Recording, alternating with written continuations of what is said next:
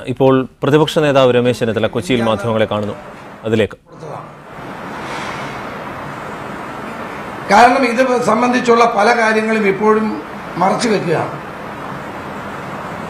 Government ഒരു ഇടപാട് നടത്തുമ്പോൾ അത് 2150 കോടി രൂപയുടെ വലിയ ഒരു ബോണ്ട് വിൽപ്പനയ്ക്ക് വിറ്റ സാഹചര്യത്തിൽ അതിന്റെ വിശദാംശങ്ങൾ അറിയാൻ ഞങ്ങൾക്ക് അവകാശമില്ലേ?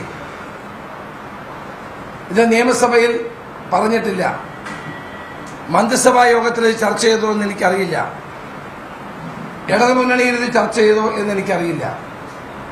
ആരോരും അറിയാതെ 2150 കോടി രൂപയുടെ ഒരു ബോണ്ട് വിൽപ്പനയുമായി ബന്ധപ്പെട്ട വിവരങ്ങൾ ധനകാര്യമന്ത്രിയും കിഫ്ബിയുടെ സിഇഒയും മാത്രം അറിഞ്ഞ് ചെയ്യേണ്ട ഒരു കാര്യമാണോ? ഇത് ശരിയാണോ? പ്രതിപക്ഷത്തെ കൂടി വിശ്വാസത്തിലെടുത്തുകൊണ്ട് ഇത്തരം കാര്യങ്ങൾ ചെയ്യാനുള്ള ബാധ്യതയിൽ നിന്ന് ഗവൺമെന്റ് ഒഴിഞ്ഞു മാറുന്നത് എന്തിനാണ്? അതുകൊണ്ട് ഇതിന്റെ വസ്തുതാപരമായ കാര്യങ്ങൾ ഞങ്ങളെ അറിയിക്കണമെന്ന് രേഖാമൂലം ആവശ്യപ്പെട്ടിട്ടും ധനകാര്യമന്ത്രി അതിന് തയ്യാറായിട്ടില്ല. അദ്ദേഹം എനിക്ക് വിവരമില്ലെന്നാണ് പറയുന്നത്. ഏതായാലും അദ്ദേഹത്തെ ഇത്രയും വിവരം എനിക്കില്ല. ഞാൻ ധനതത്വശാസ്ത്ര ബിരുദധാരിയാണ്, പക്ഷെ കയറിനകത്ത് എനിക്ക് PhD ഇല്ല. കയറിൽ എനിക്ക് PhD ഇല്ലെന്ന് ഒഴിച്ചാൽ എന്നെ ധനതത്വശാസ്ത്രം പഠിപ്പിക്കാൻ ഐസക് വരണ്ട, ഞങ്ങൾക്ക് ക്ലാസ് എടുക്കുകയും വേണ്ട. അദ്ദേഹം പറഞ്ഞ മറ്റ് തരംതാണ പ്രയോഗങ്ങൾക്കൊന്നും ഞാൻ മറുപടി പറയുന്നില്ല. ഞങ്ങളൊക്കെ സാമാന്യ ബോധമുള്ളവരാണ് എന്ന് അദ്ദേഹം ധരിക്കണം.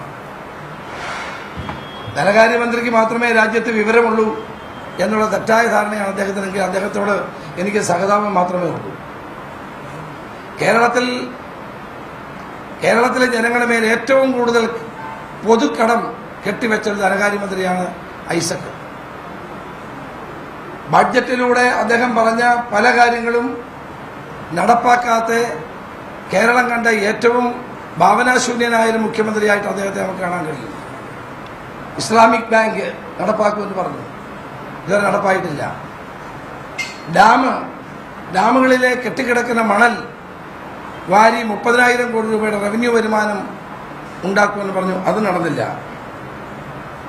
ഈ കൊച്ചിയിൽ വെച്ചാണ് പറഞ്ഞത് GST കേരളത്തിന്റെ എല്ലാ സാമ്പത്തിക പ്രശ്നങ്ങൾക്കുമുള്ള മറുമരുന്നാണെന്ന് പറഞ്ഞു. ഇന്ന് GST മൂലം കേരളം ദുരിതമനുഭവിക്കുകയാണ്. പ്രവാസി ചിട്ടിയിൽ നിന്ന് 5000 കോടി രൂപ ശേഖരിക്കുമെന്ന് പറഞ്ഞു. ശേഖരിച്ചത് 3.2 കോടി, പരസ്യ ഇനത്തിന് മാത്രം 5 കോടി ചെലവ്. ധനക്കമ്മി 0% ആക്കുമെന്ന് പറഞ്ഞു. ധനക്കമ്മി കേരളത്തിൽ വർദ്ധിച്ചുകൊണ്ടിരിക്കുന്നു. സമ്പൂർണ്ണ ബഡ്ജറ്റ് അവതരിപ്പിച്ചുകൊണ്ട് അദ്ദേഹം പറഞ്ഞത് 100% പദ്ധതി ചെലവ് നടപ്പാക്കുമെന്നാണ്.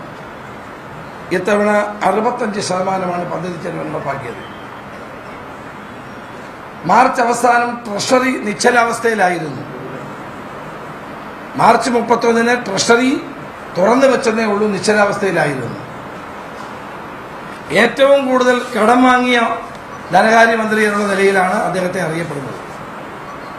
നികുതി വരുമാനം ഉണ്ടാക്കാനുള്ള നടപടികൾ ഉണ്ടായില്ല, കാര്യക്ഷമമായ നികുതി പിരിവുണ്ടായില്ല,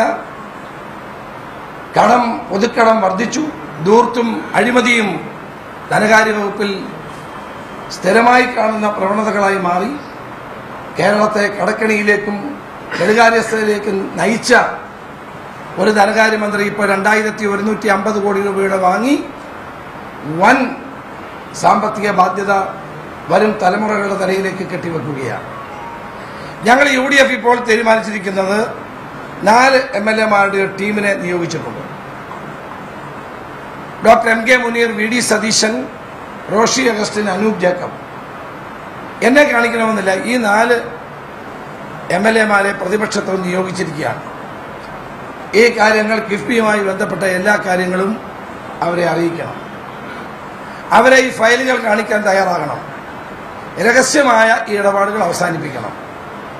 ലണ്ടൻ സ്റ്റോക്ക് എക്സ്ചേഞ്ചിൽ പബ്ലിക് എന്ന് എഴുതുകയും CDPQ ലാവലിംഗ് കമ്പനികളുള്ള ആ പ്രവിശ്യയിൽ ഇത് പ്രൈവറ്റ് എന്ന് എഴുതി കാണിക്കുകയും ചെയ്തിട്ട് ആരെ കബളിപ്പിക്കാനാണ് ശ്രമിക്കുന്നത്? എത്ര വർഷമാണ് കാലാവധി എന്ന് ഇതുവരെ പറഞ്ഞിട്ടില്ല. ആദ്യം കേട്ടത് 5 വർഷം, 25 വർഷം, ഇപ്പോൾ പറയുന്നു 5 വർഷം. അപ്പം ഇതേ സംബന്ധിച്ച് ഞങ്ങൾക്ക് വ്യക്തതയില്ല, ജനങ്ങൾക്ക് വ്യക്തതയില്ല, അവ്യക്തത തുടരുന്നു. എല്ലാം പൂർണ്ണമായ കർട്ടനുള്ളിൽ നടക്കുന്ന ഇത്തരം കാര്യങ്ങൾ പുറത്തു വരണം, വന്നേ മതിയാകൂ. ഇതുമായി ബന്ധപ്പെട്ട അദ്ദേഹം പറഞ്ഞത് കമ്മീഷൻ, പിന്നെ ഈ ഏജൻസികളെയൊക്കെ നിയോഗിച്ച് അവർക്ക് കമ്മീഷനില്ലേ? അപ്പം ഇതൊന്നും പറയാതെ ആളുകളെ കബളിപ്പിക്കാനുള്ള ശ്രമം രാജ്യം അത് ഉപേക്ഷിക്കണം.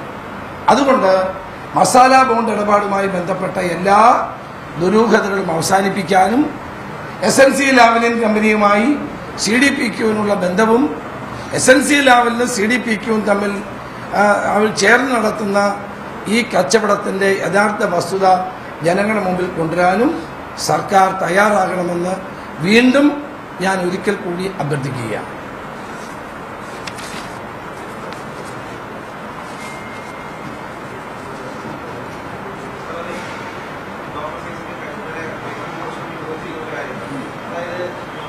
പ്രതിപക്ഷ നേതാവ് രമേശ് ചെന്നിത്തല കൊച്ചിയിൽ മാധ്യമങ്ങളെ കാണുകയായിരുന്നു.